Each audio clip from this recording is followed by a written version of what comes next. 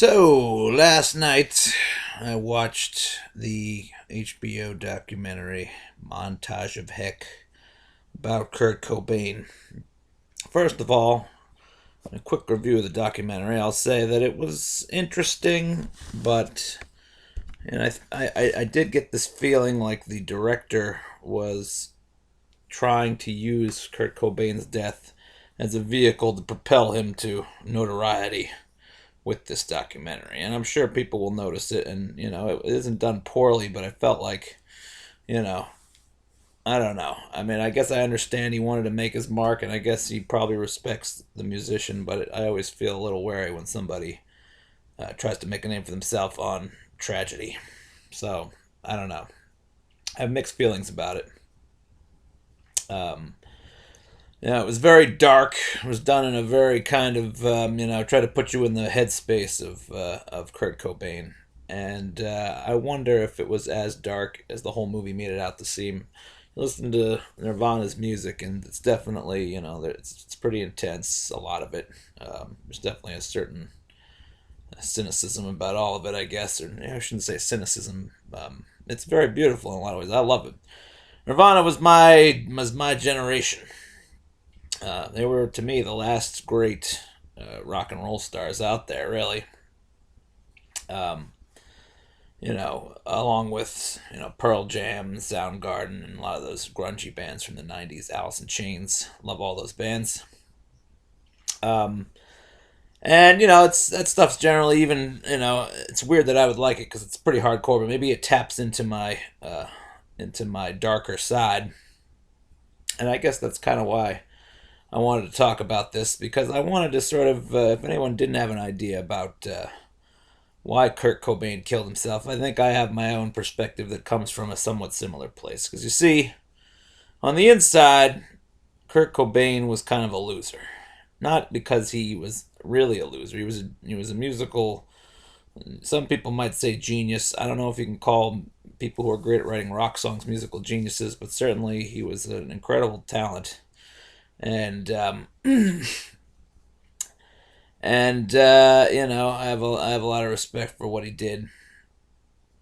But he felt like a loser is what I mean to say, or people made him feel like a loser, and I think that's the key point.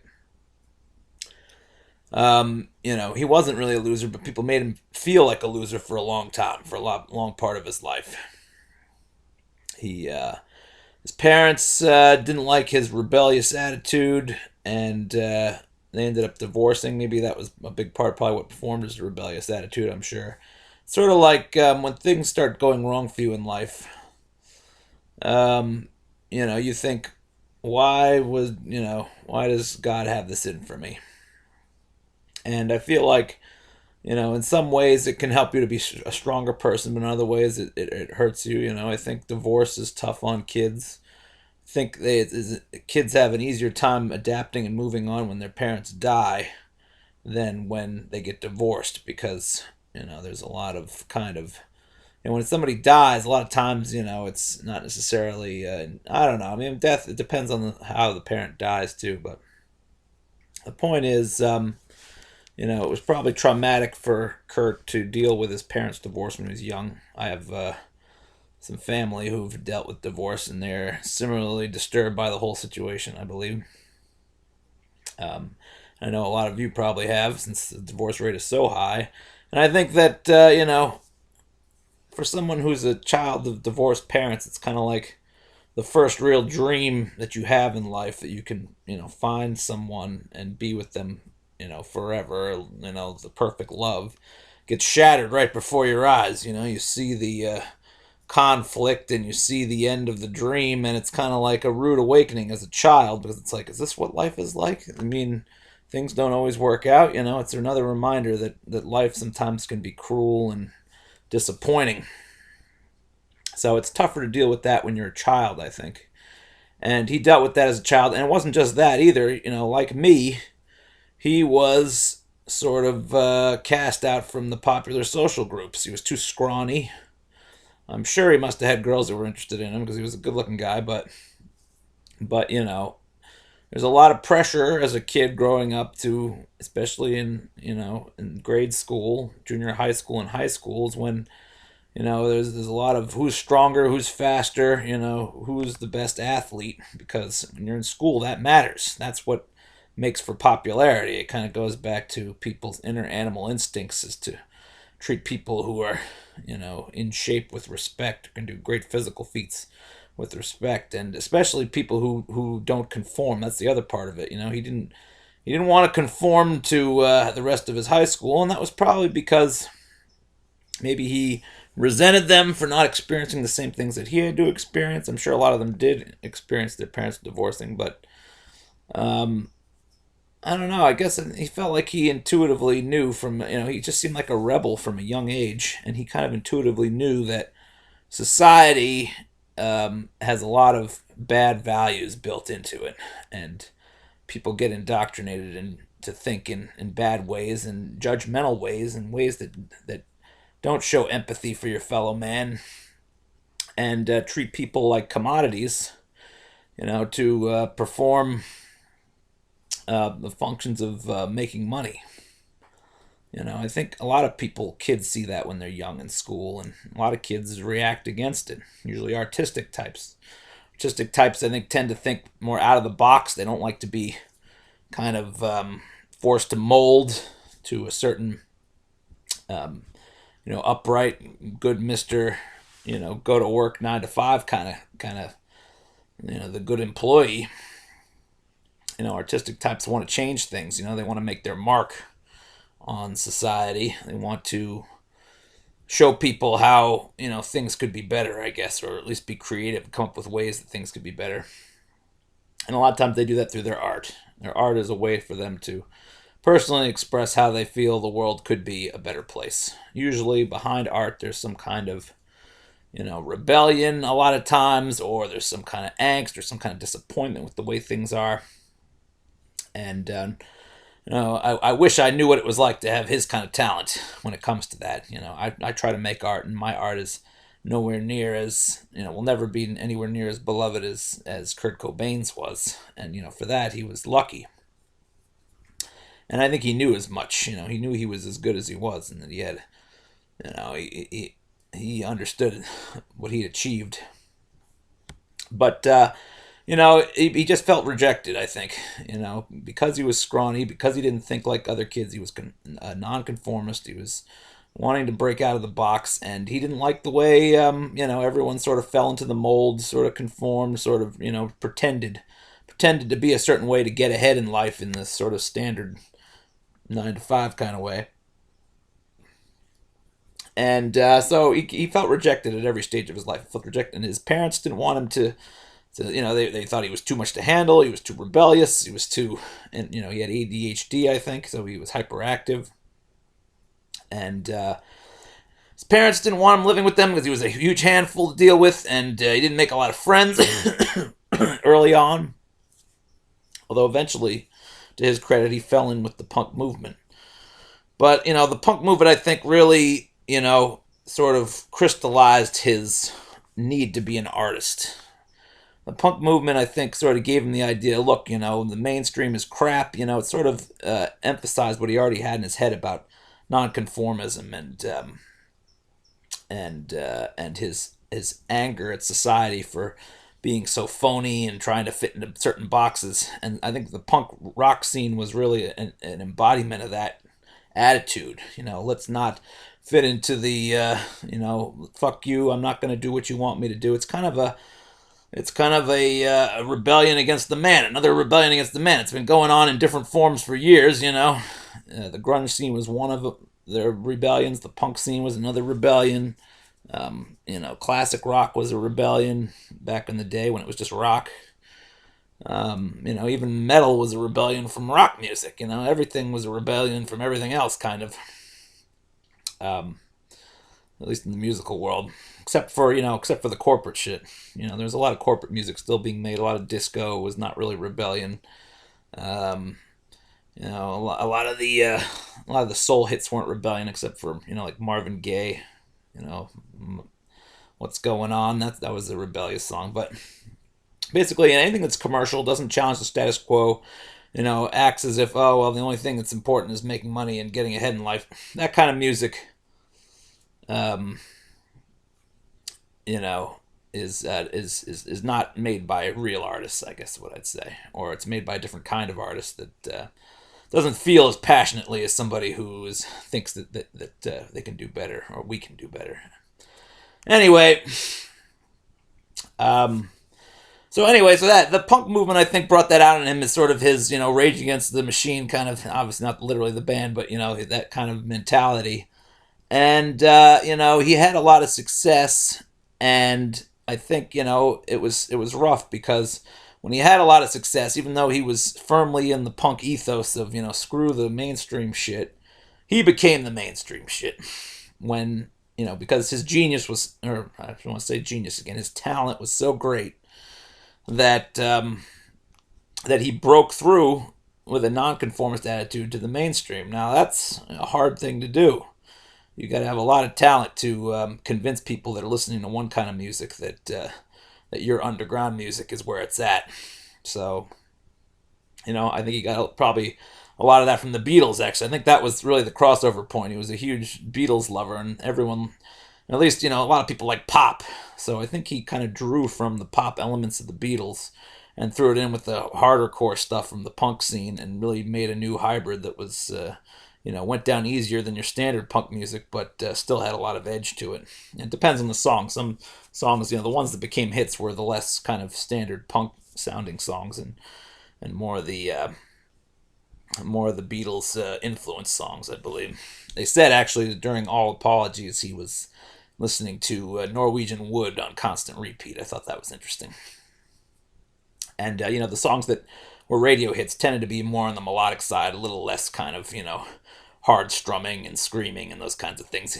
Those tracks are also appreciated, and I do like some of them, even though it's a little hard for me. But I'm giving it more of a listen lately, and I'm realizing that even the punk stuff is good too. I kind of didn't really get that into punk. I got into punk late, but starting to appreciate it more. Listening to the Sex Pistols' first album, which I guess was their big album, and I really enjoyed that. And I've always liked the Clash. So anyway, Talking Heads are kind of verge of punk, but not really. That's about as punk as I get. So anyway, oh, the Ramones, they're cool too. So yeah, I think well, I'm trying to remember where I was here.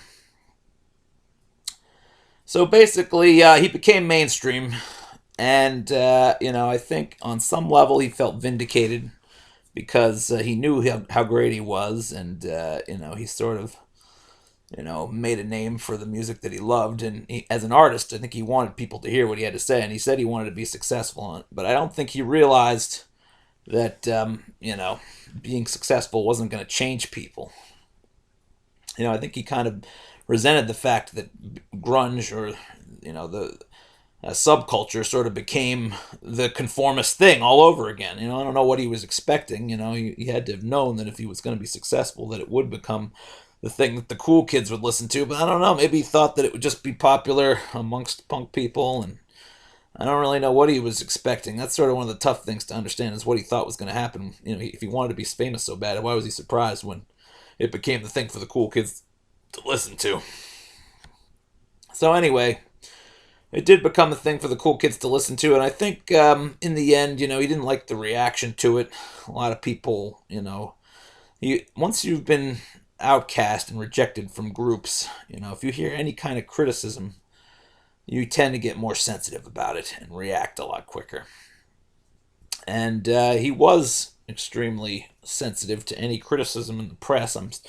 I wish he would have been better off if he'd never read it, but I think he was reading it, and I think he got tired of people making assumptions. I mean, he was a heavy drug user, and I think the drug use really just went back to the fact that he thought he had to do it in order to continue to write great music. He thought he had to be the tortured artist to continue to produce stuff that was inspired as he was doing. But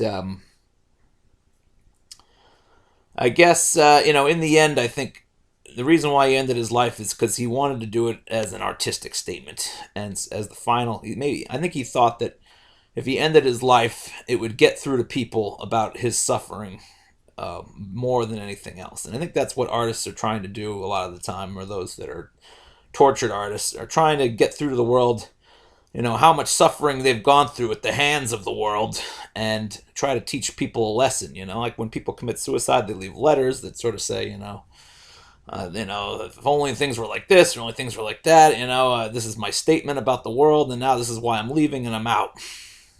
And I think he wanted to make that statement as he was leaving. I think he wanted to make the statement that, he'd been caused so much pain by the evils and the sadness and the negative people in society, that he wanted to really drive home the point, that it would lead to a successful rock star deciding that it's not worth it anymore. So, and he took pictures when he killed himself, and he left this sort of artistic letter of suicide behind. And I really think, Kurt, I think, like people who, I think that people who've endured a lot of abuse become kind of self-protective, and they almost don't want to believe there's anything wrong with them. And a lot of times there isn't anything wrong with them, but there might be. I mean, his family had a history of mental illness, and so it can't be discounted. I know they said he had bipolar disorder. Whether or not he had bipolar disorder as a chemical imbalance that came from birth, or and a lot of people say they have bipolar disorder. I don't know how real that is. I don't know if I just think in the end he didn't really want to just become.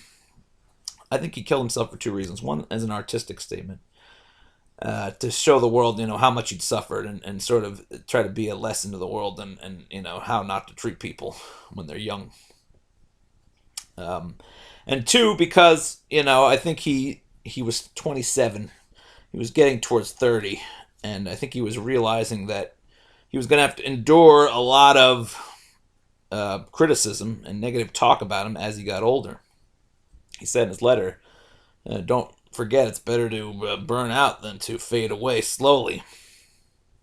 And I think I think he wanted to make his mark as an artist, and he thought by killing himself, not only would he make his point, that how tortured he was about how he was treated when he was young, but also he wanted to have people remember his name. He didn't want to get old and write second-rate stuff, and I mean, it's hard to write the kind of music that he wrote without an edge, because as you get older, you can't really maintain that edge, and I think that may have been partly what happened to him. As he got older, he got married to Courtney Love, and he had the child, and maybe part of the reason why he was doing heroin, because he was depressed that he was, departing from being a beloved artist and an inspired artist, and turning into, what he most feared, conformist 9 to 5. It was kind of like he was going to end up writing music that wasn't nearly as rebellious, and was just sort of resigned to your fate. And for him, his fate wouldn't have been bad. He certainly had a relaxed and comfortable lifestyle left, but for him,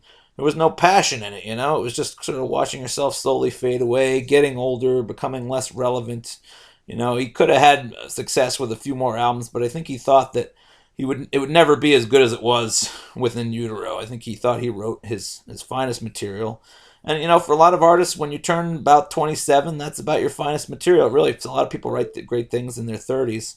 But especially when it comes to rock music, the older you get, the quality, the percentage of time you can come up with really quality music goes down and down and down. It's never as good as you are when you're in your 20s, because that's when you're really feeling it. You're just getting past that point of having been through the shit of growing up, and you're really you're raging. You haven't become resigned to your fate at all. You still want to rage, and I think he was losing the will to rage. And when you lose the will to rage against something you disagree with, he was becoming something that he hated, which was just another conformist rock star commercial success.